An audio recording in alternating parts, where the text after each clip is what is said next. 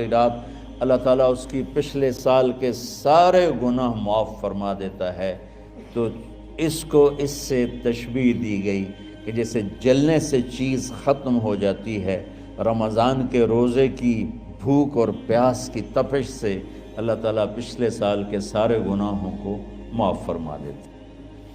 تو مجھے خیال آیا اس وقت جب ابھی بالکل کزرع اخرج شطأہ تھا، ہمارے مدرسے کی مثال کزرع اخرج شطأہ، دعا کرو اللہ تعالیٰ فاستغلظ فاستوی علی سوقہ سے بنا دے۔ امید تو ہے کہ کچھ شکل اللہ نے بنا دی، اللہ اسے پوری دنیا میں پھیلا دے۔ میری تو تمنا ہے کہ ایک ایسی مثبت سوچ کے علماء کے اللہ میرے ذریعے سے تیار کروا دے جو امت کو جوڑنے والے ہوں، توڑنے والے ہوں۔ کتنا ظلم و ستم ہے کہ پیسے بھی لیتے ہیں اور امت کو توڑ کے چلے جاتے۔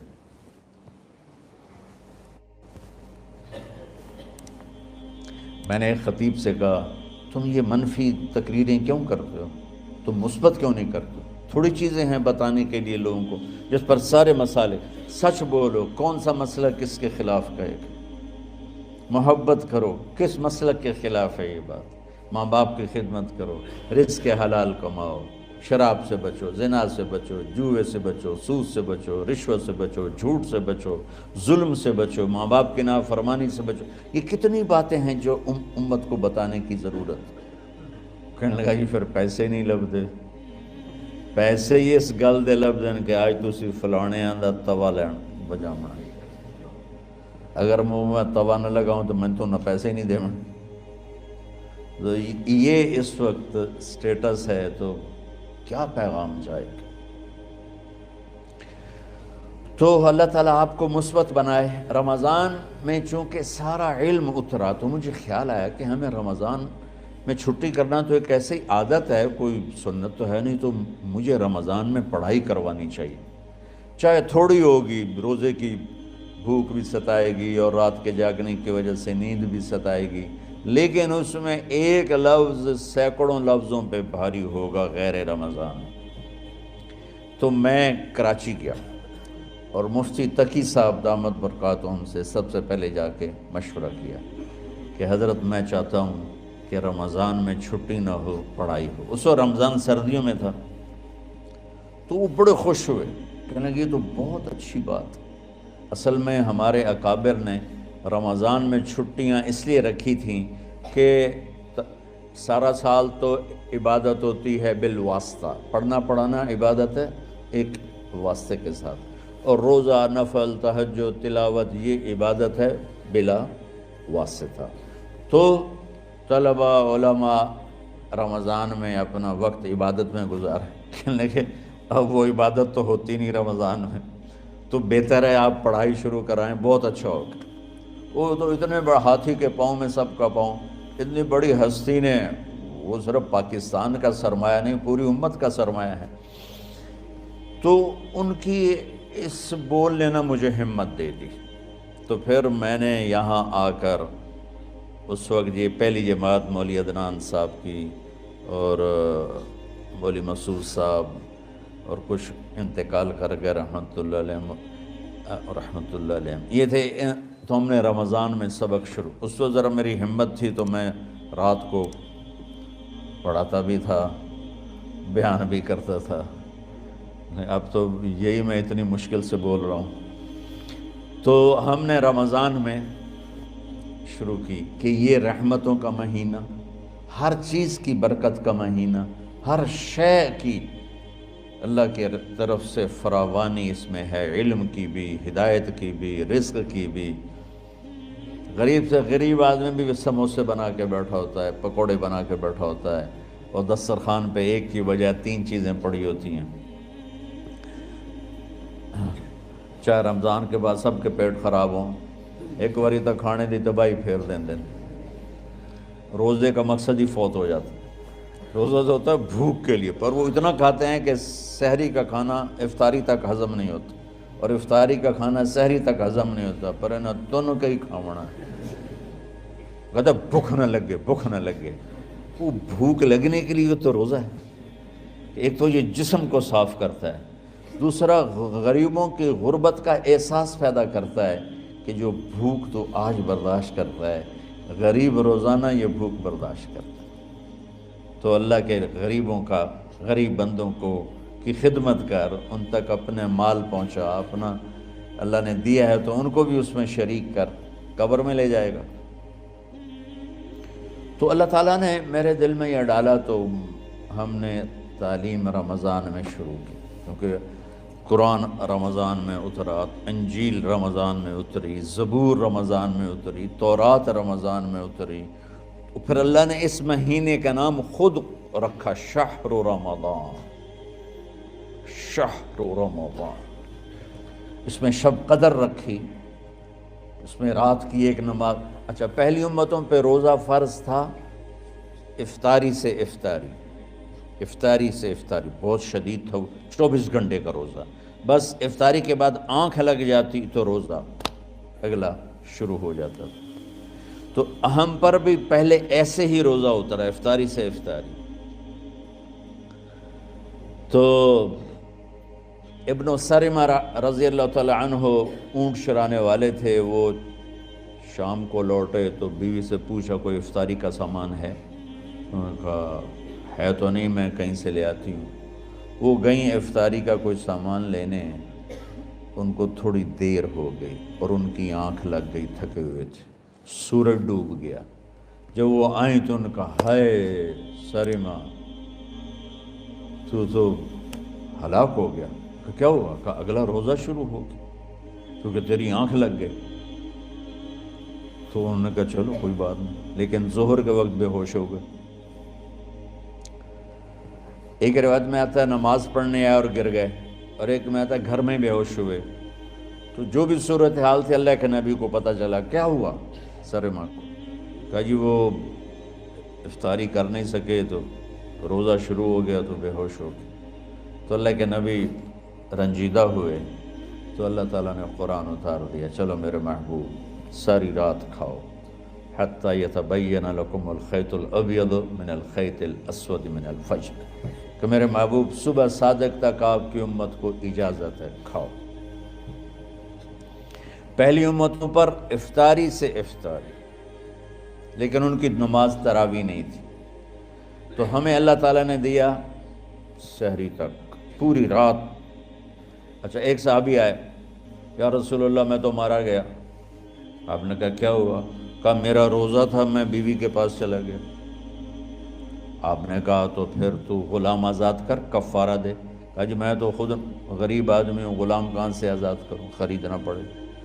آپ نے کہا 60 مسکینوں کو کھانا کھلا۔ کہ میں آپ مسکین ہیں، میں کینوں کھانا کھلاؤں؟ آپ نے فرمایا پھر آخری ہے کہ 60 روزے مسلسل رکھنے ہوتے ہیں جو کفارے کے ہوتے ہیں۔ وہ کہنے لگا ایک روزے چاہے کم کیتا ہے،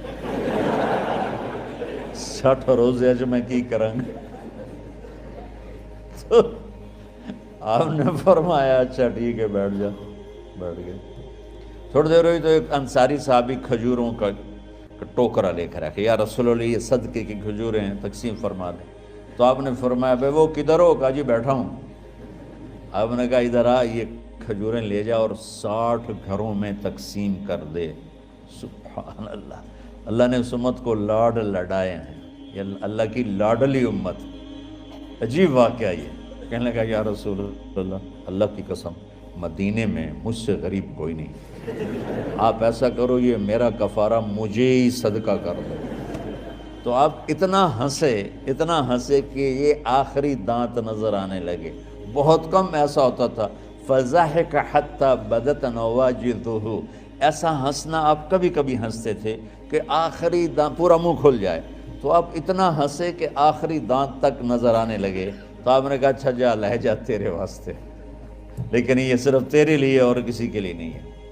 تو جب ایسی خیانت ہوئی تو اللہ تعالیٰ نے دوسرا حکم بھی اتار دیا، باشروہن، کہ تمہارے لیے بیوی بھی حلال ہے، کھانا بھی حلال ہے جب تک صبح صادق نہیں ہو جاتی۔ لیکن اللہ نے ہمیں ایک نماز عطا فرما دی جس کو ہم آج صلاۃ التراویح کہتے ہیں۔ میرے نبی کے زمانے میں اسے قیام اللیل کہا جاتا تھا۔ تراویح کا نام کب پڑا اس کا تو مجھے پتہ نہیں، کہیں نہ کہیں لکھا ہوگا۔ لیکن صحابہ کے دور میں اس نماز کا نام تھا قیام اللیل، اس لیے حضرت عائشہ رضی اللہ تعالیٰ عنہ کی روایت ہے جس سے 8 رکعت والے حضرات استدلال کرتے ہیں کہ رمضان اور غیر رمضان میں اس کو امام بخاری نے قیام اللیل کا ہی عنوان دیا ہے، آپ نے 11 رکعت سے زیادہ نماز نہیں پڑھی۔ ایک ضعیف روایت میں ہے کہ آپ نے 3 دن پڑھائی نماز، یہ تو صحیح روایت ہے۔ کتنی رکعت پڑھائی؟ تو ایک ضعیف روایت میں ہے کہ 20 رکعت پڑھائی۔ اچھا، ضعیف روایت سے عبادت ثابت نہیں ہو سکتی حکم شرعی، تو جب حضرت عمر رضی اللہ تعالیٰ عنہ نے سب کو، اب میرے نبی کے دور میں 3 دن کے بعد آپ تو آئے نہیں کہ کہیں فرض نہ ہو جائے، تو صحابہ اپنے طور پر قرآن سنتے تھے ٹولیوں میں۔ صدیقی دور میں 2 سال وہ فتنوں میں گزرا، تو اس میں بھی اسی طرح چلا کہ ٹولیوں میں ہوتے تھے۔ حضرت عمر رضی اللہ عنہ کے زمانے میں حکومت مضبوط ہو گئی، طاقتور ہو گئے، تو ابتدائی سالوں میں نہیں، چند سالوں کے بعد اب مسجد میں تشریف لائے تو لوگ اس طرح کوئی 4 ادھر 4 ادھر 5 ادھر 10 ادھر 20 ادھر، تو کہنے لگے ان کو ایک ہی امام پہ جمع کر دیا جائے تو کتنا اچھا ہوگا۔ تو آپ نے سب کو اکٹھا کیا اور ابی بن کعب رضی اللہ تعالیٰ عنہ کو امام بنایا اور سب کو ایک نماز پہ جمع کر کے 20 رکعت کا حکم عطا فرمایا۔ تو حضرت عمر کا یہ عمل اس حدیث کو مضبوط کر دیتا ہے کہ چونکہ میرے نبی نے کہا علیکم بسنتی و سنت الخلفاء الراشدین من بعدی، کہ میری اور میرے خلفاء راشدین کی سنت پر مضبوطی سے عمل کرنا۔ تو حضرت عمر کا جو 20 رکعت طے کرنا ہے، اگر ان کا اپنا اجتہاد ہے تو بھی ہمارے لیے عمل کے لیے کافی ہے، اور اگر ان کو یہ یاد ہے کہ میرے نبی نے 20 پڑھی تھیں تو اور زیادہ اچھی بات ہے۔ لیکن بہرحال جو 8 پڑھتا ہے ہمارا اس پہ بھی کوئی اعتراض نہیں، چونکہ وہ بھی حدیث کے ساتھ بات کرتا ہے، اور باقی پوری امت 20 پڑھتی ہے، ان پر بھی اعتراض نہیں۔ میں ایک جگہ سے گزر رہا تھا، نماز کا وقت ہو گیا، اہل حدیث کی مسجد تھی، میں وہاں نماز پڑھنے چلا گیا، تو ایک بہت بڑا اشتہار لکھا ہوا تھا، 20 تراویح ثابت کرنے والے کو 5 لاکھ روپے انعام۔ کہ کس قدر بے وقوفی ہے اور کس قدر احمقانہ یہ امت کی باتیں ہیں